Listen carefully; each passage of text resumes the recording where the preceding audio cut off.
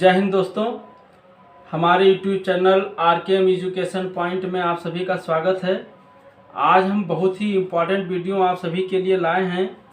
खासकर जो क्लास से लेकर कंपटीशन लेवल तक इसमें आपको क्वेश्चन मिलेंगे। और इस समय जो है इधर देखो आने वाले सभी एग्जाम TGT, PGT या GIC लेक्चरर भी होने वाला है न इधर 19 सितंबर में। तो इन सभी एग्जामों की दृष्टि से ये सारे क्वेश्चन बहुत ही इंपॉर्टेंट है, तो ध्यान से समझिए। चलिए शुरू करते हैं क्वेश्चन को। ये सेट थ्योरी हमने पढ़ा दिया है और सेट थ्योरी से रिलेटेड अब हम क्वेश्चन सॉल्व करवा रहे हैं।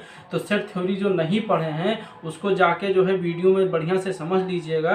चलिए हम क्वेश्चन शुरू करते हैं। पहला क्वेश्चन क्या है हम पढ़ दे रहे हैं, ध्यान से समझिएगा। ये सब जो है ऑब्जेक्टिव क्वेश्चन है, लेकिन ऑब्जेक्टिव को सॉल्व कैसे किया जाता है यहाँ हम तरीका बता देंगे फर्स्ट, और फिर ऑब्जेक्टिव क्वेश्चन को आप लोग सरल कर लेंगे। देखिए पहला क्वेश्चन है कि एक कोई सेट है जिसके नंबर ऑफ एलिमेंट 6 हैं।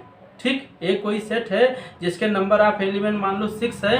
तो कह रहा है देन नंबर ऑफ सबसेट, इसके कितने सबसेट बनेंगे, कितने प्रॉपर सबसेट बनेंगे और कितने इसके पावर सेट में एलिमेंट होंगे। ठीक, तो चूंकि हम बता दिए हैं कि कोई भी सेट अगर है उसमें अगर n एलिमेंट है तो उसके सबसेट कितने होते हैं 2 पावर n। समझते जाइएगा, सब पढ़ा दिए हैं। 2 पावर n होते हैं। तो यहाँ ये सेट है उसके 6 एलिमेंट हैं, तो इसके सबसेट कितने होंगे 2 पावर 6। और 2 पावर 6 माने कितना हुआ 64 हुआ ना। 2 को 6 बार गुणा करेंगे कितना आएगा 64 हुआ। तो इसके सबसेट कितने हुए भैया 64 हुए ना। अब देखो आता है प्रॉपर सबसेट। तो चूंकि हम जानते हैं कि जो प्रॉपर सबसेट होता है, देखो कोई भी सेट खुद का सबसेट होता है, लेकिन कोई भी सेट खुद का प्रॉपर सबसेट नहीं हो सकता। तो जो सेट होता है वो खुद सबसेट प्रॉपर सबसेट नहीं हो सकता, तो यानी वो सेट इसमें से निकल जाएगा। तो वो सेट क्या होगा, यानी प्रॉपर सबसेट का फार्मूला होता है 2 पावर n माइनस 1। वैसे जान लीजिए 2 पावर n माइनस 1 होता है फार्मूला। क्यों होता है, क्योंकि कोई भी सेट जो है खुद का प्रॉपर सबसेट नहीं हो सकता, तो वो सेट जो है एक निकल जाता है। ठीक, खुद। तो यहाँ पे 2 पावर 6 यानी यहाँ का क्या आएगा 2 पावर 6 माइनस 1। तो 2 पावर 6 माने 64, 64 में एक गई 63, 63। इसमें कितने प्रॉपर सबसेट बनेंगे 63 बनेंगे।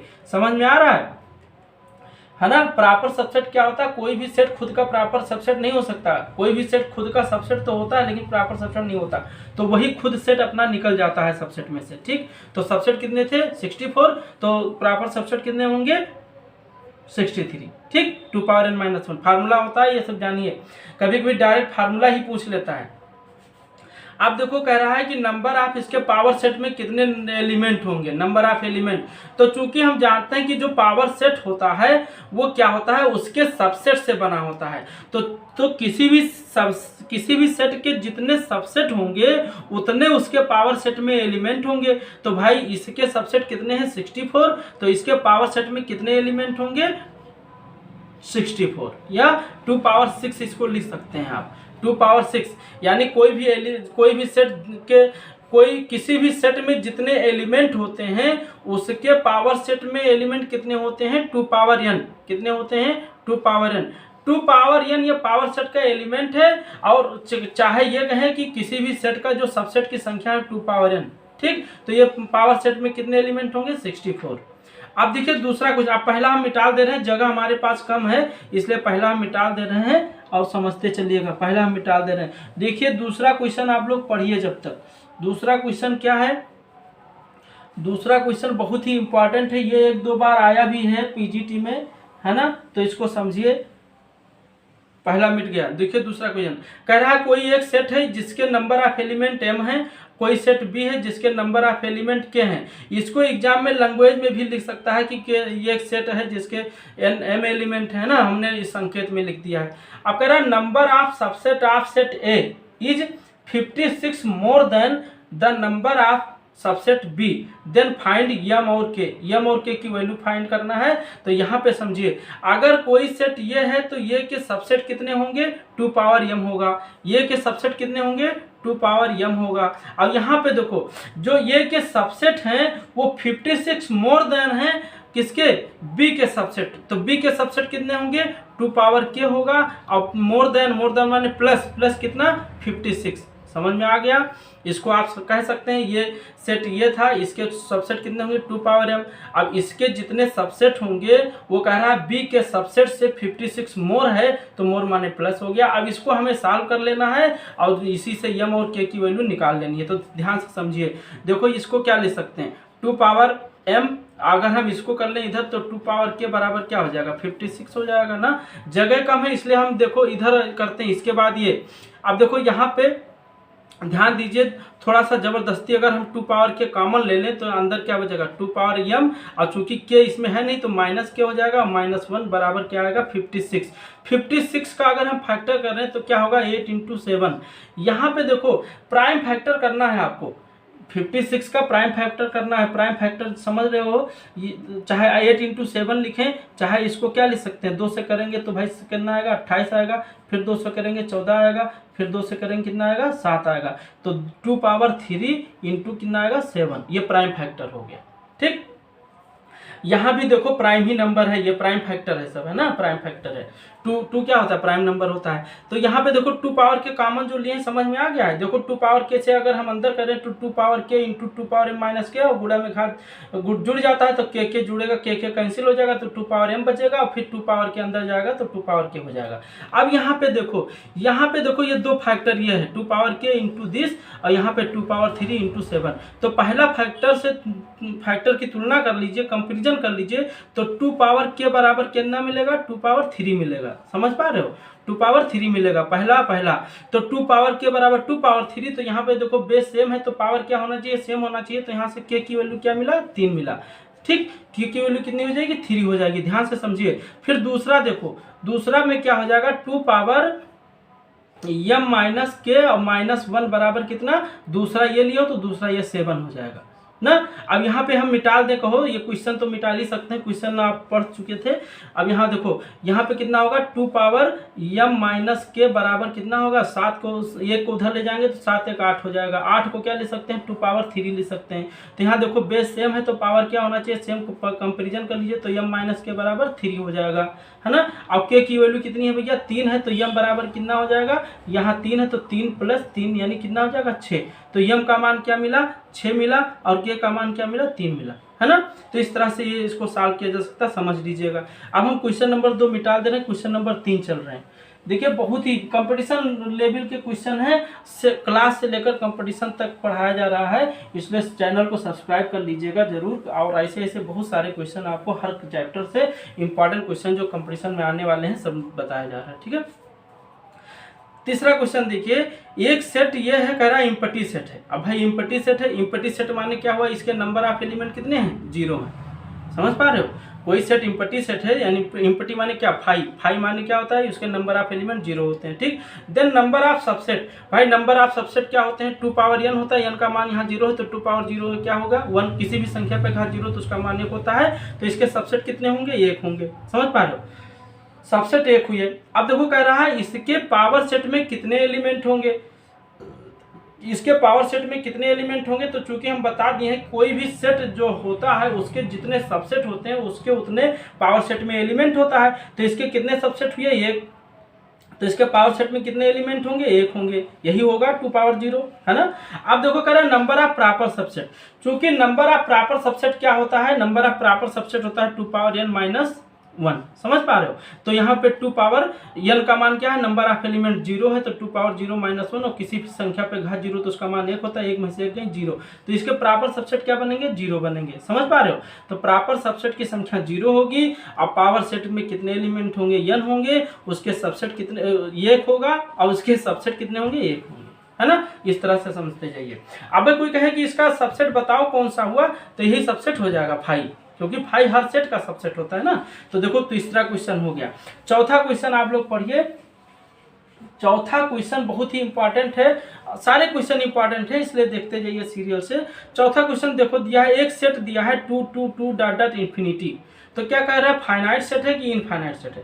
भाई फाइनाइट सेट क्या होता है, जिस सेट के एलिमेंट को हम गिन सकें वो फाइनाइट सेट होता है, और जिस सेट के एलिमेंट को हम ना गिन पाए, है ना, वो इनफाइनाइट सेट होता है। तो देखो ये पहले इसको देखो, इस सेट को वैलिड फॉर्म में लिखो तो ये क्या होगा 2, किसी भी सेट में क्या होता है कि कोई भी एलिमेंट रिपीट नहीं करते। यहाँ पे 2 2 2 2 रिपीट हो रहा है तो केवल हम 2 भी ले सकते हैं या 2 टू इन्फिनिटी ले सकते हैं। लेकिन 2 टू इन्फिनिटी लिखने पर ये सेट वैलिड नहीं होता। वैलिड का मतलब ये लिखने का तरीका ये अच्छा नहीं लगता है, ठीक। तो इस सेट को क्या लिखा जा सकता है, ये लिखा जा सकता है। अब भाई ये कैसा सेट है, सिंगलेटन सेट, यानी जिस सेट के एक एलिमेंट हो उसको सिंगलेटन सेट कहते हैं, यानी से ये फाइनाइट सेट हो गया क्योंकि हम इसके एलिमेंट को गिन सकते हैं।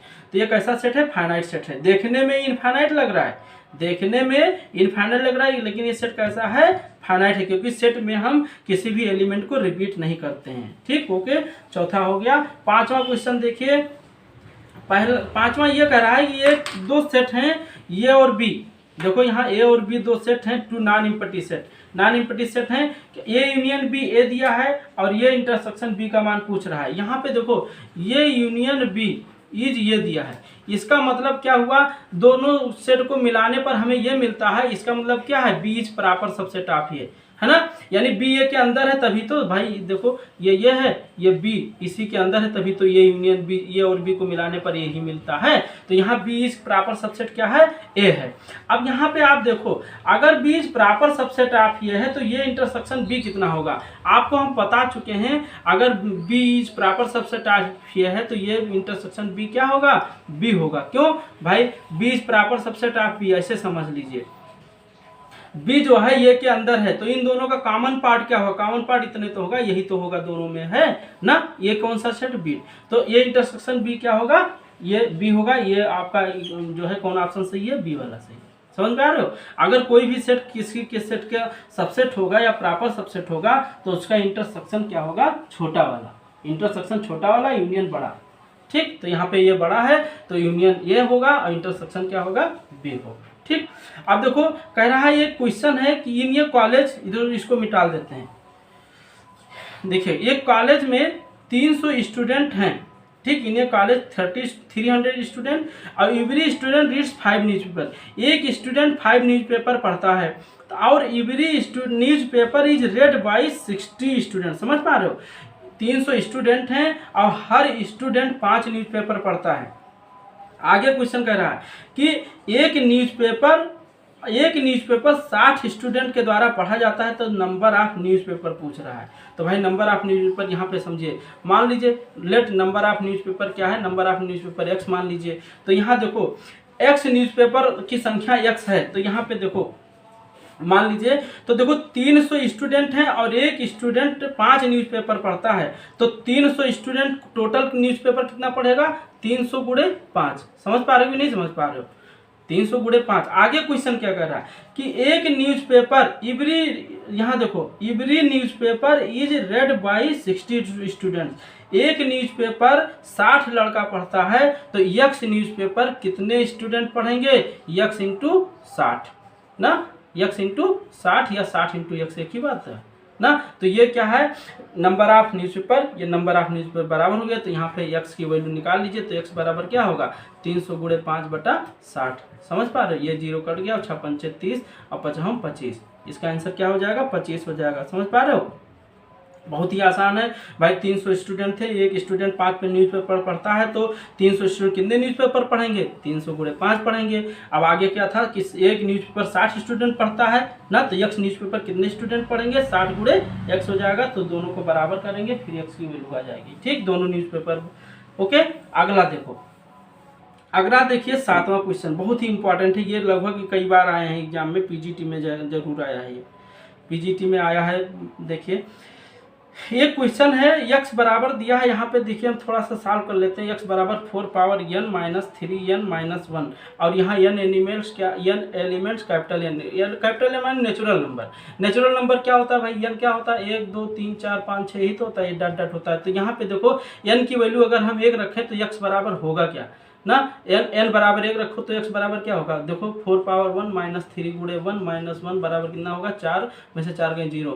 ऐसे n बराबर 2 रख लीजिए तो यहाँ पे देखो हम ये सॉल्व करते हैं, 0 हो गया। n बराबर 2 रखोगे तो 4 चौक 16 माइनस 3 दूनी 6 और 1 7, 16 में 7 गई 9 हो गया। फिर 3 रखोगे तो देखो 4 चौक 16 चौका 64 और माइनस 3 रख लो, 3 त्रिका 9 1 10, 10 निकल गया, कितना आया 54, ये आया 54। ऐसे एक एलिमेंट और निकाल लीजिए बस, 4 n का मान 4 रख लीजिए तो भाई 4 चौक 16, 16 चौका 16 64, 4 चौक 16, चौका 64, 64 64 64 चौका 4 चौक 16, 4 छः 24, 25,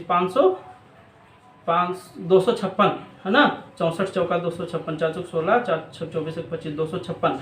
तो 256 यहाँ पे देखो 256 अब माइनस कितना 4 रखें, 3 चौक 12, 13, 13 निकल जाएगा तो कितना होगा 6 3 9, 5 में गई 4 और 2, 249 होगा। कितना होगा 6 में 3 गई 3, यार क्या दिमाग रखे हो, घटाना है ठीक। तो ये कितना होगा 243।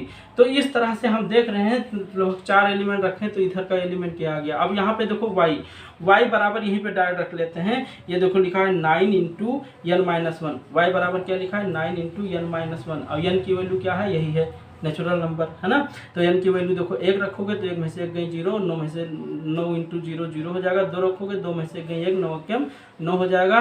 फिर देखो 3 रखोगे 3 में से 1 गई 2, 9 दूनी 18 हो जाएगा। 4 रखोगे 4 में से 1 गई 3, 9 त्रिक 27 हो जाएगा। 5 रखोगे 5 में से 1 गई 4, 9 चौक 36 हो जाएगा, यानी पहाड़ चल रहा है। 9 चौक 36 हो जाएगा, ऐसे 9 5 45 हो जाएगा, 9 6 54 हो जाएगा, 9 7 63 हो जाएगा। ये डाट डाट ऐसे जाएगा। थोड़ा सा अब इसमें देखिए x के सारे एलिमेंट देख रहे हैं 0 9 54 9 6 54 होगा ये है ना, 9 6 54 होगा 54, ऐसे 243 कहीं मिलेगा। तो यहाँ पे देख रहे हैं कि x का सारा एलिमेंट y में है तो x is subset of y। ये समझ पा रहे हो, x y का क्या है प्रॉपर सबसेट है, x y का क्या है प्रॉपर सबसेट है। अब आप देखो x union y, x union y, अगर x y का प्रॉपर सबसेट है तो x यूनियन y का मान क्या होगा y होगा, बड़ा वाला है ना, समझ पा रहे हो। x जो है भाई y में है तो x यूनियन y क्या होगा y होगा, लेकिन x इंटरसेक्शन y क्या होगा छोटा सेट क्या है x, समझ पा रहे हो। अगर x y का प्रॉपर सबसेट है, हिल गया देखो, x y का प्रॉपर सबसेट है तो x इंटरसेक्शन y क्या होगा x होगा। तो यहाँ पे देखो x यूनियन y क्या होगा y कौन ये सेट है, इसके लिए आंसर इसका y है, ऑप्शन छांट लीजिएगा। और x इंटरसेक्शन y क्या होगा x होगा, है ना। तो इस तरह से देख रहे हैं 7वां क्वेश्चन हो गया। भाई समय जरूर लग रहा है लेकिन थोड़ा सा समझते चलिए, ये सब कंपटीशन की चीज़ें हैं, थोड़ा फास्ट करना है, लेकिन यहाँ समझा रहे हैं इसलिए समय लग जाता है, नहीं तो आपको क्या करना है जब समझ में आ जाएगा तो बहुत फास्ट करना है आपको। यहाँ पे देखो 8वां क्वेश्चन कह रहा है x और y are two sets then x intersection, यहाँ पे समझिएगा x intersection y intersection x का कॉम्प्लीमेंट, ये कह रहा इज है, इनमें से कौन सा सही है। ये इसको हम मिटा देते हैं, ये ऑप्शन हो चुका है ठीक। 8वां क्वेश्चन ये देखो कह रहा है x और y ऐसे सेट है तो इसका मान निकालना है। तो देखो पहले डी मार्गन्स लॉ लगाएं अगर हम, तो x इंटरसेक्शन, ये इंटरसेक्शन लिखा है डी मार्गन्स लॉ, यानी कॉम्प्लीमेंट से जब अंदर जाता है तो क्या होगा y डैश, इंटरसेक्शन है तो यूनियन होगा तो इंटरसेक्शन हो जाएगा ना। अब ये इंटरसेक्शन अंदर जाएगा तो क्या होगा x intersection y dash union क्या होगा x डैश, समझ पा रहे हो।